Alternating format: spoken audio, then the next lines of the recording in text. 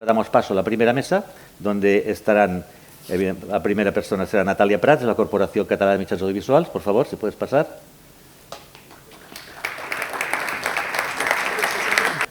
Ramon Artemán, de Metropolitana. Àlex Solà, de Lavínia. Y Joan Rosés, que ya ni te presento porque es tan conocido y tan famoso en este sector que todo el mundo sabe que estás en el switch del Clúster Audiovisual de Cataluña. Y nos vais a contar un poco los éxitos y fracasos de la inteligencia artificial en la aplicación de la producción audiovisual. Pero antes de empezar a hablar, vamos a ver un par de vídeos que han traído ellos para que veamos lo que se ha hecho a nivel de audio, que es importante todo lo que se trabaja en audio y todo lo que se trabaja en imagen. ¿Vale? Bienvenidos. Hakuna Matata.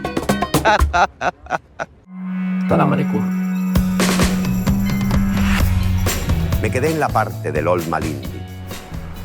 Calles enfangadas con charcos enormes, donde chapotean los niños y los coches remojan al que pillan. Entonces de repente, señores, en la lejanía veo un punto rojo en el horizonte. Apareció Carmen. Qué bien la encontré. Con mi hermana me encuentro de cojones. Llamó mi hermana proponiéndome que fuera a Amboseli la próxima semana, al pueblo de Cutata, que me lo piense y le diga algo. Me hundí en los soles bajos de Zanzíbar y llegué a la conclusión de que en ese lugar lo bello había alcanzado su tope. Decidimos irnos a Sweetwaters. Nada más entrar en la reserva fuimos a ver a Morani, el rinoceronte que puedes tocar. Vamos a ir a ver al rino amigo.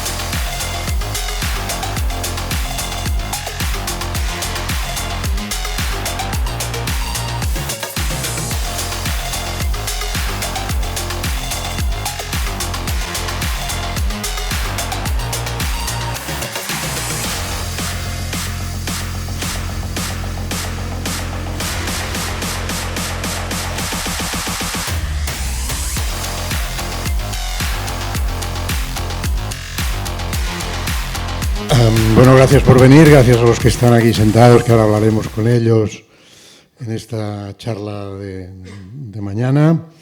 Bueno, lo que habéis visto ahora, estas imágenes, es lo que interpretamos o se llama inteligencia artificial generativa, que es una de las variantes de la inteligencia artificial, que hace 3 años empezó con generadores de imágenes, el DALL-E, y hace dos, que empezó con ChatGPT para la parte de texto, y parecía que parecía, por supuesto, una gran revolución. Se ha cogido con un entusiasmo y también desde mi punto de vista con una exageración que luego vamos a debatir. Y por lo tanto ya hay tiempo, parece que ya han pasado 2 o 3 años, y hay tiempo para ver qué casos prácticos, qué virtudes, qué oportunidades, qué riesgos, qué dificultades tiene trabajar con este entorno profesional. Por lo tanto, lo ha comentado antes Jordi, que digamos, lo hacemos desde el Observatori Switch del Clúster Audiovisual, que vamos publicando unas newsletters y en el LinkedIn tenemos una sección que podéis ir siguiendo. Pero vamos a hacer 2 sesiones más. El día 22 en el FilmMeds de Badalona vamos a hacer casos prácticos, una exposición de casos prácticos de ficción, inteligencia artificial aplicada a la ficción, que da para bastante. Y luego ya en la Semana del Talent en noviembre, a finales de noviembre, haremos una selección de casos prácticos, analizando casos prácticos, pero también de ficción, pero de documentales, publicidad, televisión, porque esto se va ampliando, ¿no? Por lo tanto, casos prácticos. Y como estamos en un foro de inversores, un foro económico, un foro que analiza un poco la parte económica de la creatividad y de la creación audiovisual, vamos a intentar centrarnos, por un lado, analizar estos casos prácticos y ver hasta qué punto la inteligencia artificial puede contribuir o está contribuyendo a la productividad, a la mejora de la calidad y a la que los productos sean más interesantes desde el punto de vista económico, rentable para el inversor o para el productor, ¿no?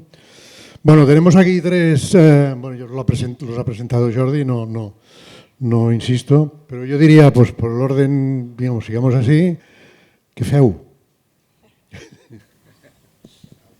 Bueno, se me escucha, sí. Gracias por la introducción, gracias Joan, gracias a todos. Estoy encantada de venir aquí. Y bueno, ¿qué estamos haciendo en 3CAT, ¿no? En la Corporació Catalana de Mitjans Audiovisuals? Nosotros tenemos equipo de desarrollo propio y sabemos que la inteligencia artificial requiere cautela. Somos un broadcaster, por tanto somos un altavoz y además somos públicos, con lo cual eso requiere cierta cautela. Creo que es la única vez que voy a hablar de cautela. A partir de aquí voy a hablar del fomento de la inteligencia artificial, pero sí que lo abordamos con cautela. ¿Por qué explico esto? Porque uno de los tres caminos por los cuales estamos abordando la inteligencia artificial es a través de una cosa que me suena que es bastante novedosa, que es la creación de la comisión de la IA responsable, que luego, si queréis, explico un poco mejor, ¿no? Pero básicamente, pues, afrontar la IA con naturalidad, como una evolución más, haciendo pedagogía en nuestros equipos, no vetando, sino promoviendo, con conciencia y guiando. Esto es un poco el spoiler, ¿eh? Luego, si queréis, comento. Luego, ¿qué pasa? A nivel ya más práctico, ¿no? Que, evidentemente, mientras estamos aquí ahora hablando, seguro que nuestros equipos están utilizando la inteligencia artificial. Es más, seguro que están naciendo nuevas aplicaciones de mercado para utilizar inteligencia artificial. Por eso también la comisión responsable. Hay que canalizar porque es imposible de vetar o de controlar, ¿no? Pues también estamos utilizando estas aplicaciones. Luego lo explicará mejor Alex, pero el primer vídeo, que es el del Pepe Rubianes, pues utilizamos Eleven Labs para poder, te lo dejo a ti que lo expliques mejor, para poder reproducir la voz de Pepe Rubianes, en este caso de las libretas y de las notas de Pepe Rubianes, pero también estamos utilizando los propios módulos que teníamos, pues Photoshop, ¿no? Algo tan sencillo, y luego hablamos de productividad, tan sencillo como que yo tengo una imagen 16 novenos, pero solo me interesa la parte central, o incluso me interesa expandir la imagen para crear, por ejemplo, pósters. Pues eso, con un módulo de Photoshop, esto ya lo estamos haciendo. Estoy hablando de cosas prácticas, porque el tercer punto desde donde abordamos la inteligencia artificial también es el mundo del desarrollo, las pruebas de concepto. Realmente aquí es donde va un poco más allá, ¿no? Y aquí sí, claro, ya llevamos años, empezamos con el tema, ya hablo de cosas que están en producción, porque es muy fácil hablar de dónde queremos ir, pero en producción llevamos años ya con el sistema de catalogación y archivo automático, el etiquetaje, es decir, nuestros periodistas tienen un asistente periodístico que le llamamos. Empezamos por las cosas que nadie quiere hacer, que son las etiquetas, el posicionamiento SEO y todo esto, pues bueno, ya hay alguien que te sugiere, la palabra sugerir también es importante, ¿no? Por tanto, sí, estamos utilizando también desde el punto de vista de la integración de desarrollos propios en nuestras herramientas del día a día. No quiero, pero básicamente estos 3 puntos. En Metropolitana somos una empresa de postproducción 100% y publicitaria, o sea, muy distinto de mis compañeros de mesa. Nuestra vocación es absolutamente técnica, no somos creadores, somos al final la parte tecnológica que aplicamos la postproducción y los efectos especiales. ¿Qué ha significado y las herramientas de inteligencia artificial? Al final, poder subir el estándar de calidad o la sofisticación de nuestros efectos. Cumplir un poco el sueño de nuestros clientes, que son productoras y agencias y las marcas, a crear cosas locas que creen que podemos hacerlo todo. Hay veces que no los queremos desengañar, que nos cuesta bastante. Pero sí que con las herramientas de inteligencia artificial somos capaces de dar este paso. Venimos nosotros, por nuestra historia de un cambio constante, un cambio tecnológico.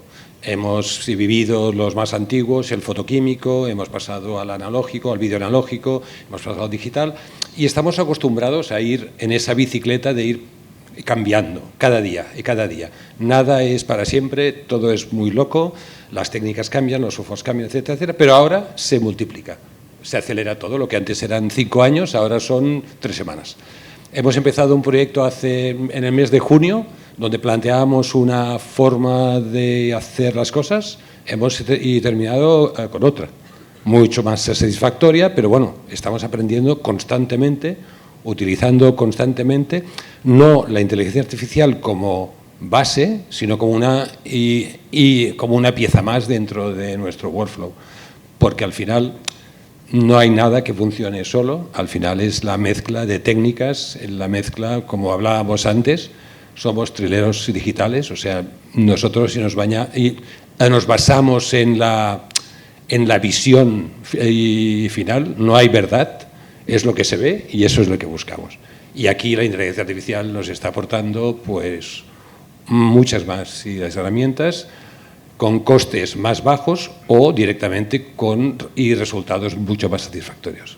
Estamos jugando también a diseñar proyectos que sin la IA no pudieran ser, no por una cosa técnica, sino una parte ya creativa, ¿no? Como el caso de Pepe, que luego entiendo que hablaremos un poco más de por qué recurrimos a este recurso. Y también estamos lidiando un poco con la frustración. Creo que también vivimos en un momento en el que, antes comentábamos con Ramón, que la frase de esto lo arreglamos en pospo, ahora es esto lo hacemos con IA, ¿no? Y bueno, nunca es verdad, esto tampoco lo era antes, pero esto tampoco es verdad, ¿no? Hay una expectativa muy grande generada por demos que vemos, por mira este vídeo nuevo que ha salido con lo que hacen con IA, y luego la realidad es que cuando bajas al barro a intentar hacer eso, nada es tan limpio ni nada funciona tan bien, ¿no? Como decía Ramón, al final es una combinación de herramientas, de técnicas, de conocimientos de IA y anteriores que acaban mezclándose para que se tire para adelante, ¿no? Y luego también uno de los temas que nos encontramos a nivel de producción, con lo que estamos lidiando, es que hay tecnologías o herramientas de IA que parecen muy prometedoras, pero tú necesitas una solvencia y una solidez de esa herramienta para plantearla en un proyecto, ¿no?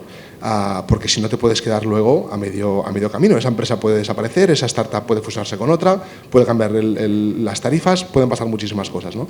Y un caso, de hecho, nos pasó con Pepe Rubianes. Pepe, en la Biblia de presentación del proyecto, Pepe se estrenó en mayo, pues un año antes ya estábamos preparando el proyecto, ¿no? La IA no salía en la preparación del proyecto. Nosotros ya intuíamos que podía ser una herramienta muy importante, pero no la veíamos suficientemente sólida como para que fuera un argumento de venta en ese momento, ¿no? Con lo que diría que estábamos lidiando con este terreno cambiante como podemos.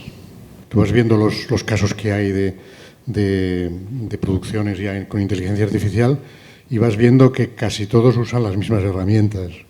Se está como concentrando un uso de herramientas que irán cambiando, pero de momento, y en cambio hay centenares de nuevas apuestas que a lo mejor tienen un grado más de calidad, pero no sabes si van a durar o no, ¿eh? Y probablemente habrá una limpieza grande de herramientas, pero parece que se está concentrando. Pero yo lo que os quería preguntar es, bueno, ¿qué dificultades, tú has apuntado una, esta incertidumbre de la fiabilidad, pero qué dificultades a la hora de incorporarlo de verdad? ¿Qué dificultades os habéis encontrado? ¿Dónde está el trabajo añadido? Decía, el otro día leía unas declaraciones de una vicepresidenta de la ITN, de la cadena inglesa de televisión, que decía, bueno, es que estaba un poco desesperado, y todo el mundo está esperando que esto sea una varita mágica que resuelva los problemas. Y no lo es, ¿no? Y cuenta gente que cuando se ha puesto con la inteligencia artificial, digamos, generativa, pues ha sudado más de la cuenta. ¿Habéis sudado más de lo que os esperabais en alguno de los proyectos? Respondo brevemente, hemos sudado muchísimo, exactamente por eso la varita mágica no existe, ¿no? Yo creo que a nivel de herramientas sí que te da la solidez y la credibilidad para apostar por ellas, pero con las demás, como no hay varita mágica, nunca sabes del todo si podrá salirte bien o no. Hay un leap of faith cuando apuestas por una herramienta, ¿no? Y sobre todo es porque con las guías generativas hay una parte del proceso que pasa en una caja negra que tú no puedes controlar. Y esta falta de control, que a veces pasa que eso no sea robusto y que cada creación sea como una fantasía nueva, eso da un poco de vértigo, la verdad, ¿no? puedes pensar que eres muy competitivo y realmente sitúas a tu empresa en estándares altos de competitividad si utilizas la IA, cuando subsidiariamente tienes dos grandes riesgos, y eso al menos nosotros lo estamos teniendo en cuenta a la hora de implantarlo. Una es casarse con la tecnología. Hace no sé cuánto, soy muy mala con las fechas, pero que Prisa firmó con OpenAI y el Le Monde para que ChatGPT pues, acceda a su universo de contenidos. Claro, nosotros, por ejemplo, como 3CAT, tenemos nuestra fuerza en nuestros contenidos. Depende de cómo te casas con las tecnológicas, ahí puedes perder competitividad. Y también desde el punto de vista de las aplicaciones. O sea, uno de los problemas que nos estamos encontrando nosotros es lo que ahora es válido, pasado mañana quizás no lo es. Por ejemplo, nosotros hemos utilizado Midjourney para hacer la campaña del verano de este año, no el anterior, tenía, creo que eran los sobres de las elecciones, o sea, imágenes genéricas que no comprometen a nada. Pues utilizamos Midjourney hasta que ahora hemos visto que ha habido una demanda y bueno, ¿qué hacemos con Midjourney, ¿no? Entonces, lo que quiero decir es que también uno de los problemas que nos estamos encontrando es que es muy cambiante. De ahí lo de la comisión, porque semana a semana vamos corrigiendo. Para mí es uno de los principales problemas que nos estamos encontrando. Para nosotros el problema, no sé, es que se mezcla el problema y virtud. Es decir, trabajamos para marcas que muchas veces nos prohíben la utilización de las herramientas de inteligencia artificial por no ser garantistas, ¿vale? Entonces, si nos dicen prohibido la utilización de ciertas plataformas. Entonces, lo que nosotros sí y que usamos es mucho software libre de inteligencia artificial, que eso genera un problema. Es la formación y la variabilidad de este software. Empiezas con el software con una versión y a las 3 horas hay otra versión, que muchas veces es mejor, ¿no? Pero hay veces que no. Entonces, estamos como aprendiendo sobre el mismo tiempo que producimos. Entonces, esto genera unos riesgos, pero es apasionante, ¿no? Es decir, y es todas las herramientas de inteligencia artificial que somos capaces de garantizar con que se ha entrenado esa aplicación. Entonces, a partir de aquí es donde nosotros nos sentimos cómodos y podemos garantizar a nuestro cliente, que al final es la marca, que no hemos utilizado algo que ellos nos prohíben o que encuentran absolutamente sospechoso. Ahora me has hecho pensar, a nosotros también lo que nos está pasando mucho es algo que no tiene nada que ver con la IA, porque la IA también nos ha hecho pasar otra vez al back to basics, es decir, los principios del periodismo, nuestro libro de estilo, o sea, nos están canalizando dudas que dices, esto son cosas que son básicas. O sea, me encantaría hacer una encuesta, ¿no? ¿Cuánta gente se lee la letra pequeña, ¿no? El Terms of Use, Terms and Conditions? No nos lo leemos. Entonces, la gente no conocemos cuál es el origen de datos que estamos utilizando, no sabemos, por supuesto, no sabemos si aquellos datos están en servidores europeos o no, porque la legislación es diferente, porque apenas hace 2 días la nuestra, ¿no? Pero todo está cambiando entre países, con lo cual el mundo es global, pero la legislación es local todavía y por tanto, esto nos impide también caminar holgadamente. Sorprendentemente nos hemos dado cuenta que si tú pides un acceso directo con estas empresas como para ganar confianza y solidez, responde muy bien. Que a veces vas a utilizar una herramienta que están en California y dices, bueno, ahora esta gente, ¿qué pasa si...? Pues nosotros en nuestro caso, por ejemplo, con HeyGen, hicimos un contacto empresarial, digamos, de, oye, queremos hacer un proyecto de una envergadura considerable con vosotros, pero tenemos miedo de la solidez de esta herramienta a largo plazo, ¿no? Y nos hemos encontrado una respuesta muy positiva, que parece que envíes un correo a info y eso nunca nadie va a hacer caso, y al contrario, ¿no? Se han puesto un equipo que nos ayudaba en muchas reuniones periódicas y te das cuenta que para ellos también detectan que lo tuyo puede ser un caso de éxito, un caso que ellos los pueden enseñar, ¿no? En un contexto en el que están empezando. Y ahí también ha sido un buen aprendizaje de bueno, pues estas herramientas que a veces nos dan miedo, oye, pues ¿por qué no montamos una reunión con ellos y hablemos de los miedos y a ver cómo podemos superarlos, ¿no? Tú ahora hablabas de HeyGen, pero has pasado antes el el trocito este del Rubianes. Explica un poco qué hicisteis con Pepe Rubianes. Sí, con Pepe Rubianes, de hecho, parte de una necesidad creativa. Nosotros fuimos a hacer una docuserie centrada en los viajes de Pepe Rubianes. Pepe Rubianes durante muchos años viajó por todo el mundo, se grabó cintas de cassette, se grabó cintas de vídeo, apuntaba, dibujaba libretas sin parar, y teníamos muchísimos manuscritos de Pepe, que era su diario personal, y también sus poemas, ¿no? Entonces decíamos, bueno, es una pena que esto no pueda verse en televisión, porque hacer al espectador leer por televisión sabemos que no funciona, y conceptualmente es raro que ahora venga una voz que no sea la de Pepe a leer textos tan íntimos como el último texto que escribe, que es el de hoy me he levantado que me duele mucho el pecho, ¿no? Se me pone aún la piel de gallina escuchándolo. Y luego dijimos, bueno, esto, ¿qué pasa si lo hacemos con IA? A nivel de venta, como decía, no lo pusimos porque no nos fiábamos, pasó un año, hicimos pruebas, y el día que la propia hermana de Pepe no detectó que una era IA y no, dijimos, vale, lo tenemos. Y es verdad que si lo escuchas mucho hay momentos en el que puede no parecer que, o sea, se ve, pero yo creo que el resultado es bastante bueno. Utilizamos Eleven Labs, lo que hicimos es crear varios modelos con distintos tonos, tono de narrador, tono de tristeza, tono más contento, y luego en función del texto combinar uno o dos tonos para que eso fuera lo que nos parecía lo más natural posible, ¿no? También entrenamos los tonos utilizando cintas de cassette, con lo cual incorporábamos esa textura un poco ruidosa del mundo del cassette para igualarlo todo. También es verdad que luego la IA, cuando generas texto nuevo, te aplana mucho el audio, ¿no? Lo vacía mucho. Y luego había una gran diferencia entre el audio real de cassette o el audio generado por IA. El color de voz es el mismo, pero la textura es diferente. Luego tuvimos que ensuciar la voz generada para que se pareciera a la original, ¿no? Que era mejor esto que no limpiar la original, que es un tipo de que ninguna herramienta te lo va a hacer todo. Pero sí que tengo que decir que Eleven Labs fue es una grandísima herramienta, y creo que el resultado es muy bueno. Y luego, claro, cuando descubres que puedes hacer esto, luego te planteas, bueno, ahora cuando tengo que hacer retakes de teclas para un docu, nos ha pasado a todos, ¿no? Es que realmente no vale la pena hacer el retake, porque la máquina te va a coger el tono de ese entrevistado mejor que el propio entrevistado intentando reproducir su tono de la entrevista, ¿no?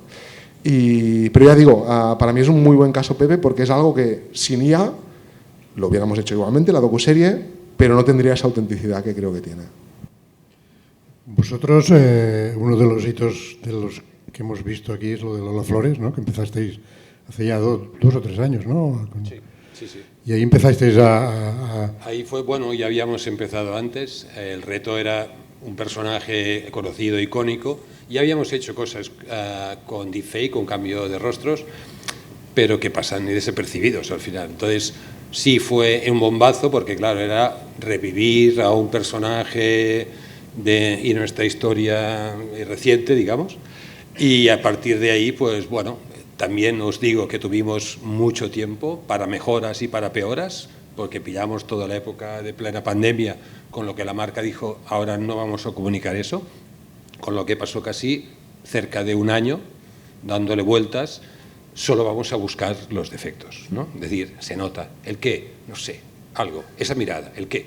¿Sabes? Es decir, esa locura que nos coge a todos, pero esto es dentro de la normalidad. Con Lola Flores fue exactamente esto, o sea, teníamos ok de director, de creativos, de la marca, y se lo enseñaron a la familia. La familia dijo, esta no es mi madre. Y entonces, se cae el mundo otra vez. Pero sí que es cierto que al final, al menos en el mundo de la publicidad, jugamos con el engaño piadoso y pactado con el espectador de embellecer las cosas y de hacer mundos soñados. Entonces, para nosotros fue como un granito, pero yo creo que lo importante es lo que viene después, ¿no? Es decir, sacar a la luz que somos capaces de engañar mucho, y que ya no sirve lo de lo que he visto es verdad, sino lo que he visto y no sé de dónde viene, y tenemos que tener el espíritu crítico aún más acentuado que lo teníamos antes. Y el 3CAT en toda la corporación, yo creo que también en informativos, que es y tú has hablado antes de la etiquetaje, el archivo, que supongo que es un mundo muy interesante para la inteligencia artificial, porque debe eliminar una cantidad de trabajo tremendo. Pero en el caso de lo que es una producción de guiones o de información, ¿Cómo se está usando?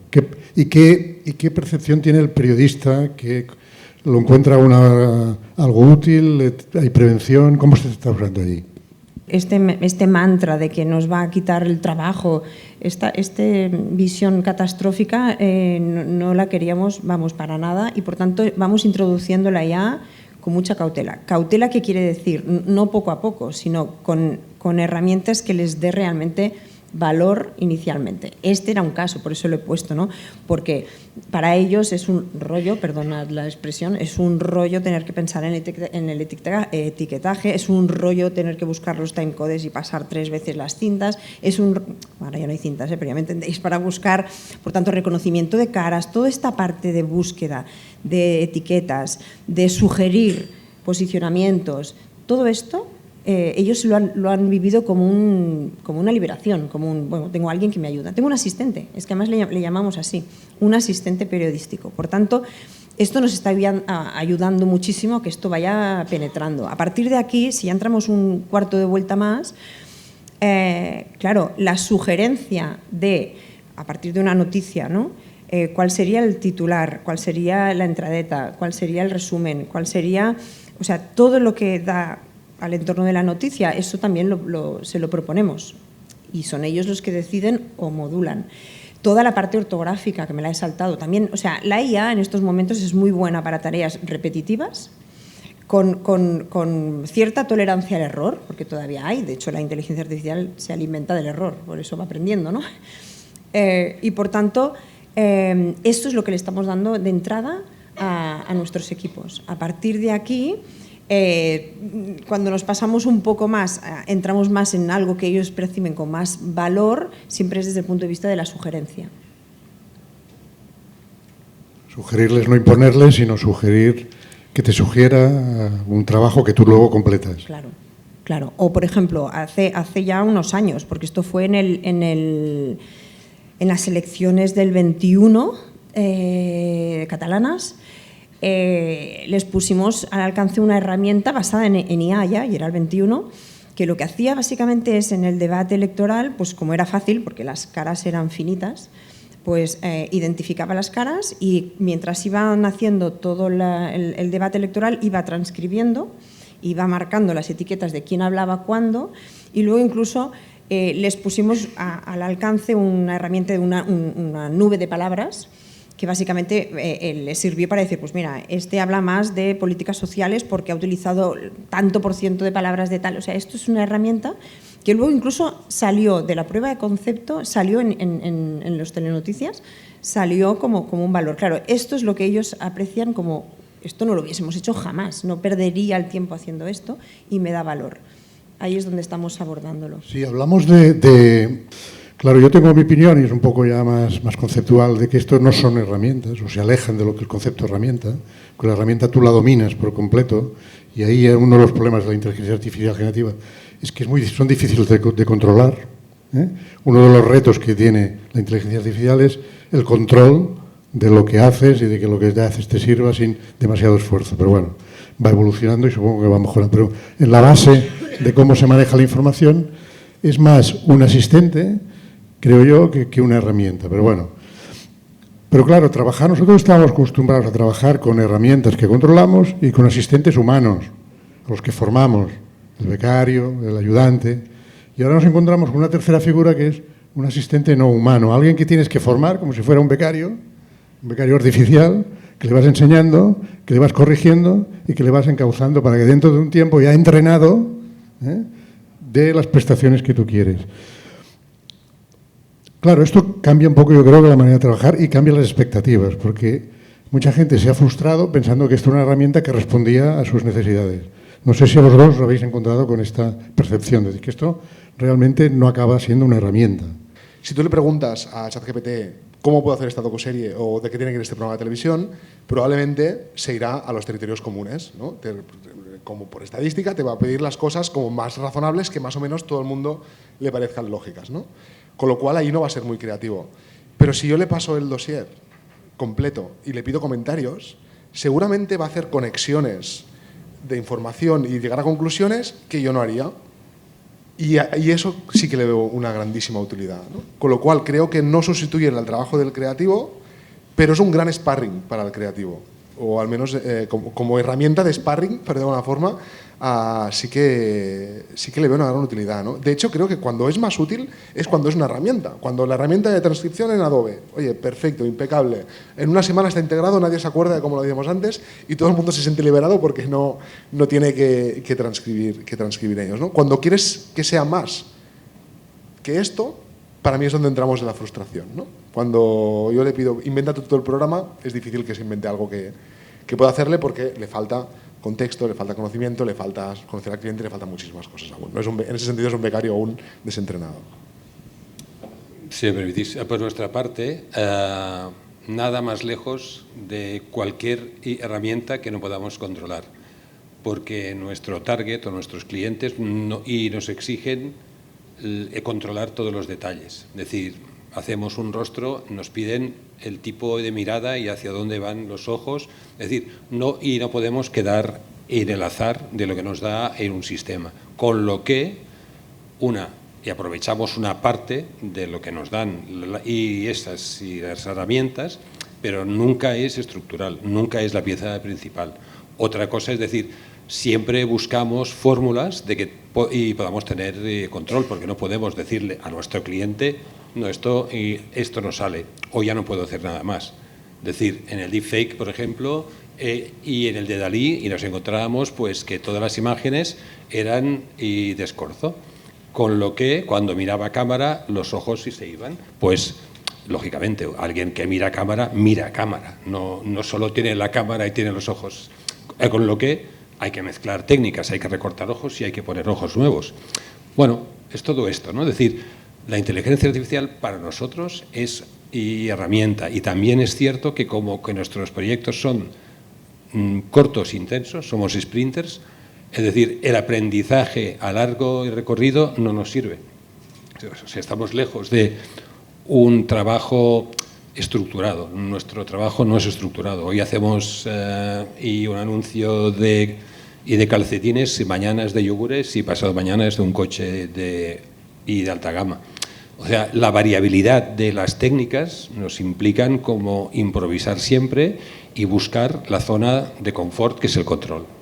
Bueno, cambiamos porque esto daría para y nos iríamos a otro debate. Habéis hablado de, creo que comentabas tú, Natalia, de la percepción que tienen los profesionales, de si les es útil o no las prevenciones. Yo quisiera hablar un poco de la percepción que tiene el público en general, ya sean clientes, profesionales o el público, ¿no? Hubo un caso hace unos meses muy conocido en Inglaterra, que se iba a estrenar una película que la promocionaban como la primera película con el guión hecho enteramente con ChatGPT, ¿no? Només lo promocionaban así, ¿no? Lo iban a estrenar en una sala del centro de Londres y hubo tantas quejas y tantas protestas de la gente que iba a ver la película, que pretendía ir a ver la película, que la sala canceló la proyección y el estreno. Luego se estrenó por otras vías, en una película que se puede ver por internet. Por lo tanto, hay una doble percepción, una percepción de oportunidad, pero una percepción de temor. Con vuestros clientes, con vuestros profesionales, con el público en general que os relacionáis, ¿qué percepción tenéis? ¿Hay miedo? ¿Les da igual? Con nuestros clientes no quieren ver nada que parezca inteligencia artificial. Nada. Es decir, también, yo no sé si os pasa, pero que es el valor de la perfección y del control no es un valor. Nuestros clientes nos piden que degrademos la imagen para que parezca 35 milímetros, para que parezca 16, para que parezca algo, ese sueño cinematográfico. Es decir, a nosotros sí nos dicen que lo peor es la textura de televisión. ¿Por qué? Porque es el informativo, no es el sueño. El sueño es el cine. Entonces, bueno, no quieren ver. El otro día en una reunión, y dijimos, bueno, haremos eso con técnicas de inteligencia artificial, se pusieron así, de decir, no queremos ver texturas de inteligencia artificial porque se asocia a una cierta textura, a un cierto acabado, etcétera, etcétera. Entonces, por un lado, aceptan la utilización, no quieren que se les asocie como usuarios 100% de inteligencia artificial. No está bien visto en mi sector. Yo creo que hay una gran parte de las personas que las cosas generadas por tecnología son una diana perfecta para ir a encontrar el fallo y evidentemente lo vas a encontrar, ¿no? Antes te hablabas con Ramón que la imperfección que tú te permites al grabar si está hecho con IA va a ser muchísimo más duro como público, ¿no? Yo creo que a nivel de cliente, de cadenas, pues hay un poco de todo. También la cadena la ves aprender contigo al mismo tiempo, ¿no? La Comisión Ética de TV3 que hablábamos antes es algo que pasó de forma simultánea a Pepe, ¿no? Y decías, bueno, ahora yo he lanzado esto, el cliente un año antes hubiera sido, seguramente le hubiera dado mucho miedo y ahora veo que está creando una comisión para alinearse con propuestas como estas o más que van a salir, ¿no? Con lo cual creo que estamos los dos aprendiendo desde la parte de productores y la parte de cliente. Y en cuanto a la estética de IA, yo creo que con el tiempo la echaremos de menos. Quiero decir que dentro de 10 años será vintage, los 6 dedos y tal, y la gente dirá, ¿os acordáis la IA cuando hacía los dientes? No sé qué. Esto es un cambio de chip importante que estamos haciendo en 3CAT, porque no es lo mismo hacer una producción, como estabas comentando tú, que un informativo o que una conexión de deportes o un TikTok o sea, aquí hay un paradigma enorme, ¿no? Entonces no todo tiene los mismos estándares. O sea, comentabas este medio que había tenido que cerrar, pero en cambio en abril creo que nació la primera radio 100% automática, generada automáticamente con IA, me parece que se llama Instar en España, pero también Channel One, o sea, hay muchos medios que son 100% IA, pero tú cuando vas ahí, tú ya sabes que eso es IA y por tanto un poco vas a ver qué pasa.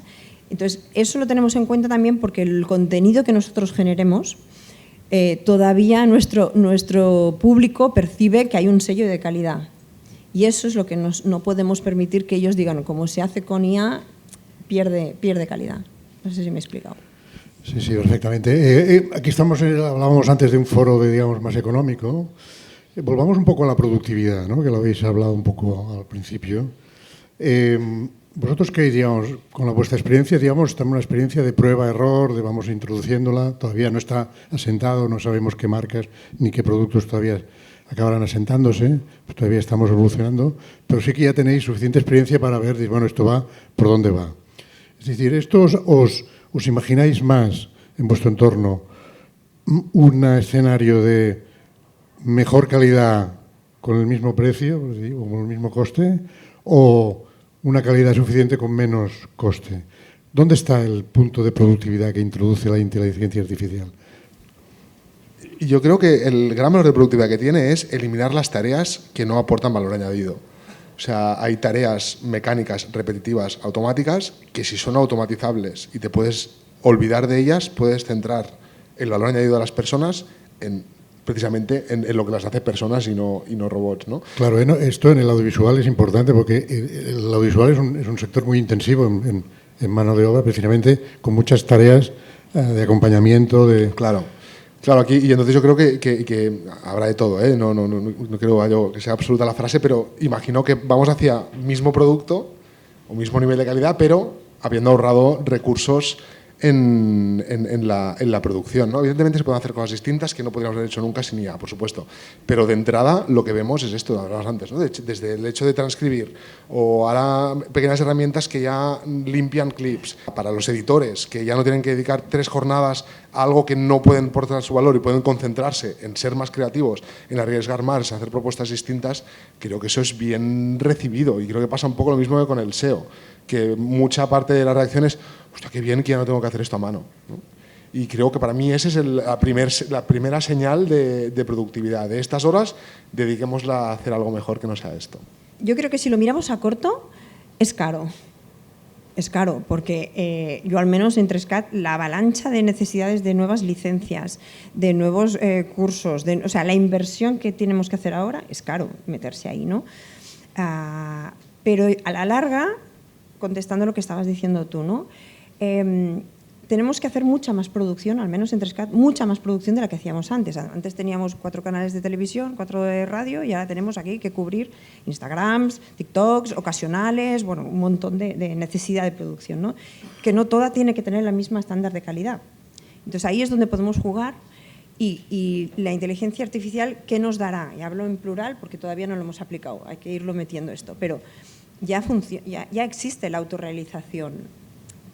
Ya tenemos cámaras robotizadas, pues le añadimos la autorrealización. Todavía no estamos ahí, pero esto vendrá. Ahí hay impacto directo en la productividad y en la gente que opera todo esto. Ya no hablo de la gente que nos desarrolla. Nosotros, los ingenieros, están utilizando ya GitHub y Copilot. Por tanto, el tiempo de desarrollo estoy hablando de cosas muy objetivables en términos de productividad. Otro caso muy claro que es productividad es la lengua, ¿no? Nosotros nos interesa, por supuesto, el catalán, pero también el aranés. El coste de producción del aranés es complicadísimo. Pues ahí tenemos una línea, ¿no? O sea, en términos de productividad, yo creo que es indiscutible, sobre todo a medio largo, que vamos a poder mejorar. La última. Yo te digo, y por nuestra parte, lo que nos permite es subir el listón con el mismo presupuesto. Porque, bueno, el presupuesto no crecerá, lo único que el listón sí. ¿Y qué nos evita? Pues todo lo que hasta ahora estábamos externalizando en otros países, la rotoscopia en la India, el tracking en no sé dónde, que habían empresas especializadas, pues esto será in-house con un software de este tipo, que aún no tiene la suficiente calidad, pero que, bueno, será dentro de unos meses o unas semanas. Bueno, parece que no hay demasiado tiempo. Yo no sé si alguien tiene alguna duda, alguna pregunta, algún consejo. ¿Alguien? ¿Sí? ¿No? No, pero entonces aprovecho. ¿Nadie se anima? O sea, que yo creo que la inteligencia artificial pues siempre la incorporamos a estas sesiones que hacemos en Field Financing Markets por esto, porque va a haber más producción. ¿Va a ser bueno o va a ser malo? No lo sé, será otro debate, porque va a bajar los costes de producción, va a hacer menos calidad la producción, pero sí que le va a democratizar. Esto es una evidencia. Muchísimas gracias por vuestra participación, ha sido muy interesante y hasta la próxima.